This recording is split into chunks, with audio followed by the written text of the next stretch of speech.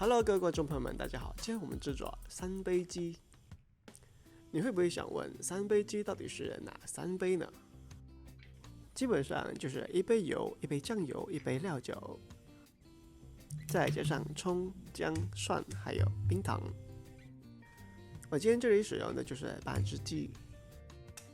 先把鸡给清理干净，然后把它切成小块。然后姜给它切片，葱切成段，然后还有蒜米就是一粒粒放就好了。在锅里加入第一杯就是油，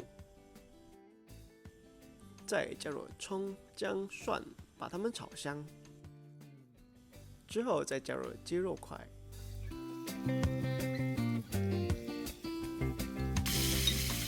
把鸡肉煎到微微发黄。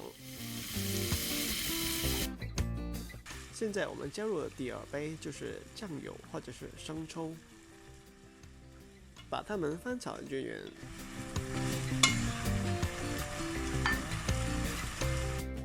接下来就是第三杯了，你可以加入任何的料酒都可以的。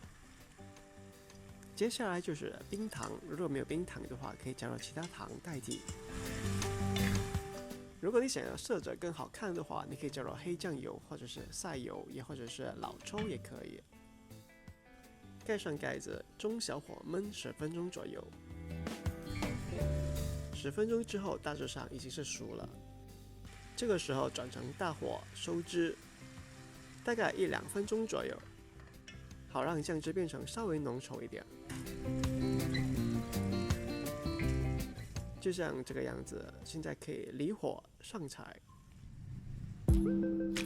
这就是今天分享的三杯鸡。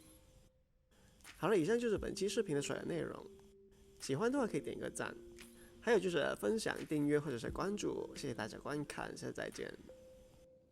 到底三杯鸡是哪杯来装三杯鸡？